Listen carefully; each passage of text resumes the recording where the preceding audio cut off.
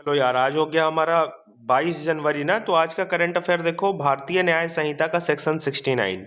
Section 69 ये कहता है ना कि अगर आप किसी भी गर्ल के साथ झूठ बोलकर, जैसे कि झूठ में क्या हो जाएगा कि मैं तुमसे शादी करूंगा, फेक मैरिज प्रॉमिस, कोई भी एक इंसान फेक मैरिज प्रॉमिस करके या फिर अपनी आइडेंटिटी छुपाकर झूठ बोलकर या फिर कोई भी डिसाइटफुल मीन्स, मतलब कोई भी धोखाधड़ी करके किसी लड़की के साथ सेक्सुअल इंटरकोर्स कर लेता है और जो उसने प्रॉमिस किया था कि हम शादी करेंगे तुमसे, ये सब कुछ भी पूरा नहीं करता है, तो वो क्रिमिनलाइज हो जाएगा, क्रिमिनल ऑफेंस हो जाएगा वो। तो क्रिमिनलाइज सेक्शन 69 क्या कर रहा है? क्रिमिनलाइज कर रहा है सेक्सुअल इंटरकोर्स को। कैसे सेक्सुअल इंटरकोर्स को? जिसमें धोखाधड़ी के तरीके से आप अपने जो भी लड़की है उसको झूठ बोलकर कि हम तुमसे शादी करेंगे, धोखा देकर, और ये सब तुम्हारा इंटेंशन नहीं है शादी की, तुम शादी करोगे, तुम्हारा इंटेंशन बस ये था। तो ये सब झूठ बोलकर तुमने इस चीज़ को, तुमने मतलब कोई भी किसी भी ने भी इस चीज़ को अगर अचीव किया है और अपने प्रॉमिस को फिर तोड़ रहा है, तो वो चीज़ क्रिमिनलाइज हो जाएगी सेक्शन 69 बीएनएस में। ठीक, अब ये तो हो गया मोटा मोटी इस लॉ का नियम। अब इस लॉ के एक लूप होल्स देखो। ठीक है, एक लड़के ने एक लड़की से प्रॉमिस किया कि शादी करेगा। ठीक, उसके बाद दोनों में अंडरस्टैंडिंग अच्छी हुई, सेक्सुअल इंटरकोर्स हो गया। अब लड़का बोल रहा है हम शादी नहीं करेंगे। इसका इंटेंशन ही गलत था, इस लड़के का इंटेंशन ही गलत था। लड़की को झूठ बोला कि हम शादी करेंगे, इसका कोई ऐसा इरादा नहीं था। सेक्सुअल इंटरकोर्स हो गया, अब बोल रहा है शादी नहीं करेंगे। बिल्कुल इसको पटक के ले जाओ सेक्शन 69 बीएनएस में, ले जाओ, अरेस्ट कर लो। ये लूप होल नहीं है, ये तो ठीक है, ये होना चाहिए। अब लूप होल क्या है देखो। लड़का ने वादा किया था लड़की से शादी करेगा, दोनों में म्यूचुअल अंडरस्टैंडिंग अच्छी हुई, सेक्सुअल इंटरकोर्स हो गया। अब ये जो लड़की है, बाद में इस लड़के को पता चला कि इस लड़की का कहीं और भी रिलेशनशिप है, मल्टीपल अलग रिलेशनशिप है, सी के साथ, डी के साथ। जस्ट एन एग्जांपल, हम लूप होल्स तुमको समझा रहे हैं, तो इसके और रिलेशनशिप्स हैं। या इस लड़की का कैरेक्टर सही नहीं है, या ये लड़की बार बार इस लड़के को बोल रही है कि तुम अपना परिवार छोड़ दो। ये इस तरीके का लड़की प्रेशर डाल रही है, या इस तरीके का लड़की का कैरेक्टर है।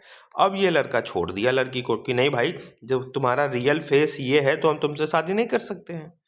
तो क्या ये भी फेक प्रॉमिस होगा? नहीं, लड़का तो तैयार है करने के लिए, लड़की ही सही नहीं निकली। लड़का तो तैयार था करने के लिए ना, लड़का का इरादा तो गलत नहीं था। तो ये इस लॉ का लूप होल है कि देखो, लड़के ने लड़की को वादा किया, प्रॉमिस किया, सेक्सुअल इंटरकोर्स हो गया।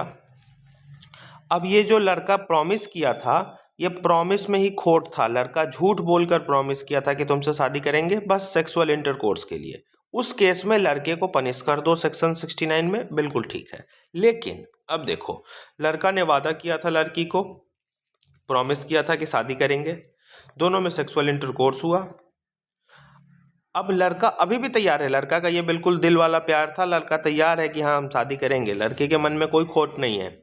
लेकिन लड़के को एक बात पता चला कि इस लड़की का रिलेशनशिप तो कहीं और भी है, इस लड़की का कैरेक्टर सही नहीं है।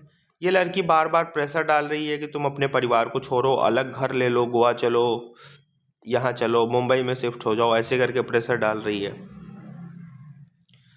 अब ये लड़का अगर मूव ऑन कर लेता है कि नहीं नहीं, ये लड़की मेरे फ्यूचर के लिए ठीक नहीं है, इसके अभी अभी ऐसे संबंध है, ये तो मुझे पता ही नहीं था ना, तो पता नहीं था तो हम प्रॉमिस कर दिए, और प्रॉमिस तो अभी भी किए हुए हैं कि शादी करेंगे, लेकिन ये चीज़ सामने आ गई तो अब हम शादी कैसे करें।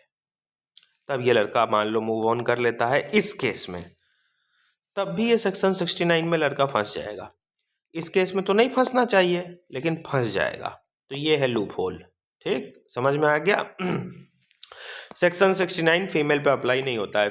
अब जैसे कि फीमेल हमको धोखा दे देगी कि हमसे शादी का प्रॉमिस की और ये सब हो गया, और अब फीमेल बोल रही है कि शादी नहीं करेंगे, तो हम सेक्शन 69 फीमेल के पास, फीमेल के अगेंस्ट जाकर फाइल नहीं कर सकते हैं। ये दूसरा लूप होल है। लड़का फाइल नहीं कर सकता है, लड़की ही कर सकती है।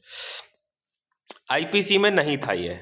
ठीक, बीएनएस जब हम नया लेकर आए हैं तो उसमें लेकर आए हैं। पनिशमेंट कितनी है? 10 साल तक की सजा है भैया, और फाइन, और अगर जरूरत पड़ा तब तो दोनों, फाइन और सजा दोनों लग जाएगा।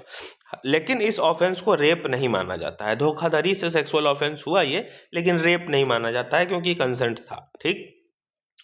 आर्टिकल 86 176 देखो, कुछ नहीं, गवर्नर और प्रेसिडेंट साल के पहले दिन जो हाउस को स्पेशल एड्रेस करते हैं उसी का ये आर्टिकल है, कहानी खत्म। इंदिरा गांधी पीस प्राइज देखो, मल्टीपल टाइम करंट अफेयर में किए हुए हैं। तो इंदिरा गांधी पीस प्राइज 2025 का किसको मिला है? ग्रेका मैकेल को। ये एक मोजाम्बिकन राइट एक्टिविस्ट हैं, ह्यूमैनिटेरियन काम करते हैं, भलाई का काम करते हैं।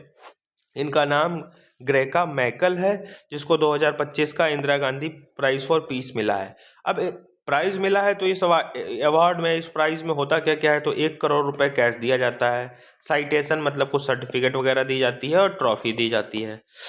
कब से दिया जा रहा है ये प्राइज? तो 1986 से दिया जा रहा है। इंदिरा गांधी मेमोरियल ट्रस्ट ने इसका एस्टेब्लिशमेंट किया था। इसका एम क्या है? तो ये पीस को प्रमोट करेगा, डिसआर्मेंट मतलब हथियार नीचे रखवाता है, मतलब एक तरीके से डी आर्म करवाता है, शांति बनाता है, डेवलपमेंट करवाता है, ग्लोबल हार्मोनी को प्रमोट करता है, साइंटिफिक प्रोग्रेस और ओवरऑल ह्यूमन बेटरमेंट के लिए ये काम करता है। ठीक, ये नाम ध्यान रखना। इस बार इसी को मिला है 2025 का। Artemis 2 mission, Artemis mission NASA का मिशन है, मून मिशन है हम पढ़ते हैं। तो आर्टेमिस 2 मिशन नासा का लूनर मिशन है, इसका सेकेंड वर्जन आया है। ठीक, पहले एक आर्टेमिस था, अब आर्टेमिस 2 आ गया है।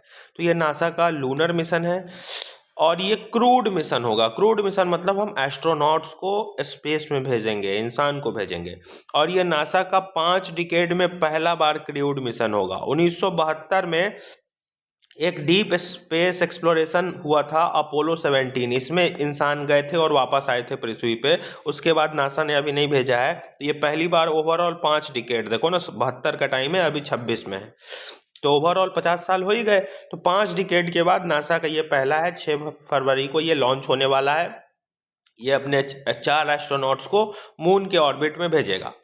ठीक, और ये लूनर फ्लाई बाय मिशन है, मतलब इसमें हम लैंड नहीं करेंगे स्पेस में, या मून पे हम लैंड नहीं करेंगे, नो लैंडिंग, बस ऑर्बिट करेंगे। ये स्पेसक्राफ्ट, ये मून है तो ये स्पेसक्राफ्ट ऐसे मून का चक्कर काटेगा, चक्कर काटेगा और घूम के फिर वापस पृथ्वी पे आ जाएगा। उतरना नहीं है मून पे, कदम नहीं रखना है। ठीक, यह हो गया आर्टेमिस 2। अब आर्टेमिस 2 के बाद एक और फैक्ट ध्यान रख लो, एक आर्टेमिस 3 भी आएगा। ये भी नासा का होगा, ये मार्स के लिए होगा, लेकिन पहले ये तो पूरा हो जाए। 6 फरवरी को लॉन्च है इसका, तो देखेंगे 6 फरवरी को। 2 नया फ्लाई का स्पीसीज, फ्लाई जो उड़ती है ना, उसका स्पीसीज डिस्कवर किया गया है। तो ये रेयर एंट फ्लाई का स्पीसीज है। कहाँ पे मिला है? दिल्ली और वेस्टर्न घाट में मिला है। अब एंट फ्लाइज जो होते हैं वो कौन से फैमिली से होते हैं? तो ये पूछता नहीं है यूपीएससी, लेकिन देख लो, माइक्रोडोंटिनाe फैमिली से ये होते हैं। मतलब एंट फ्लाई किस फैमिली से? बायोलॉजी में फैमिली, फाइलम, ये सब हम पढ़ते हैं ना, तो ये माइक्रोडोंटिए फैमिली से होती हैं एंट फ्लाई जो होती हैं। और इनके अंदर एक कैरेक्टर होता है माइरमेकोफिली। माइरमेकोफिली मतलब उनका जो लार्वा है ना, वो अपने नेस्ट के अंदर रखते हैं और एंट के ब्रूड पे वो फीड करते हैं। एंट का ब्रूड मतलब एंट का जो लार्वा, एंट की जो कॉलोनी होती है ना, उसको हम कहते हैं। और ये छुपे हुए इतने होते हैं कि ये इनको रेयर बना देते हैं और ये जल्दी डिटेक्ट नहीं होते हैं। ठीक ना, कुछ ज़्यादा समझने जैसा नहीं है, ये फैक्ट बस ध्यान रखना कि वो अपना लार्वा अपने नेस्ट के नीचे अंदर में रखते हैं और एंट के ब्रूड पे फीड करते हैं, जिसको हम माइरमेकोफिली कहते हैं। ठीक, और ये जो नाम खोजा, ये जो एंट फ्लाई खोजा गया है, इस एंट फ्लाई का साइंटिफिक नेम क्या है? तो ये ध्यान रखना, मेटाडॉन गॉर्फेडेल। सबसे ज्यादा चांस है कि इस टॉपिक से मात्र वो ये एक वर्ड से सवाल पूछेगा। क्या पूछेगा? मेटाडॉन गॉर्फेडेल recently seen in news is what? ये है क्या? और 4 ऑप्शन होगा। ये फिश है, ये बर्ड्स की प्रजाति है, ये सी एंट फ्लाई है, या डी नन है। बताओ क्या है? एंट फ्लाई, सी करेक्ट। ऐसे पूछ देगा, ये सबसे नहीं पूछेगा, ये सब नहीं पूछेगा। नहीं पूछेगा। ठीक, करंट अफेयर इतना ही था आज का। बाकी रिपीटेड टॉपिक था वही एआई। कितनी बार आंसर राइटिंग करोगे, मैम पढ़ाएं कितनी बार है वो छोड़ दो, तुम लोग लिखे कितने बार हो, 5 बार कि 10 बार, कितनी बार लिख चुके हो। कल भी एक एआई पे क्वेश्चन दिए हैं, एआई और पुलिसिंग का, लेकिन आज फिर वही घिसा पिटा एआई आया है। एक रिमूवल ऑफ जजेज, वो justice Hema committee, justice Hema नहीं यार, क्या नाम था यार वो, जस्टिस जेएस वर्मा, जिनके घर से जले हुए नोट मिले थे, कब से कहानी उसका देख रहे हैं, कितनी बार पढ़ोगे। कोलिजियम सिस्टम कितनी बार कराया, बोल दिए थे 25 के मेंस में आएगा, आ गया ना। वही कहानी रिपीटेड चल रही है, चलने दो, काम का नहीं है हमारे, ये सब रिपीटेड चीज़ है, वो इग्नोर्ड है। मेंस का कोई टॉपिक बनना नहीं है, छोटे छोटे जो प्रीलिम्स के न्यूज़ थे आज करा दिए। आज का करंट अफेयर हल्का था, इतना ही था। ठीक, चलो, और जो क्वेश्चन हम डाल दिए हैं ग्रुप में, वो कल वाले लेक्चर बजट के बेसिस पे बेस्ड है। ठीक, तो बजट ऐसे कराए हैं ना, एक तीर दो निशाने, पॉलिटी भी हो गया कंप्लीट बजट का और वो इकोनॉमिक्स भी हो गया कंप्लीट बजट का, और उसमें एक मेंस का क्वेश्चन डाला है जो ऑलरेडी यूपीएससी 2016 में पूछ चुका है, डाल दिए हैं ग्रुप में। ठीक, चलो टेक केयर।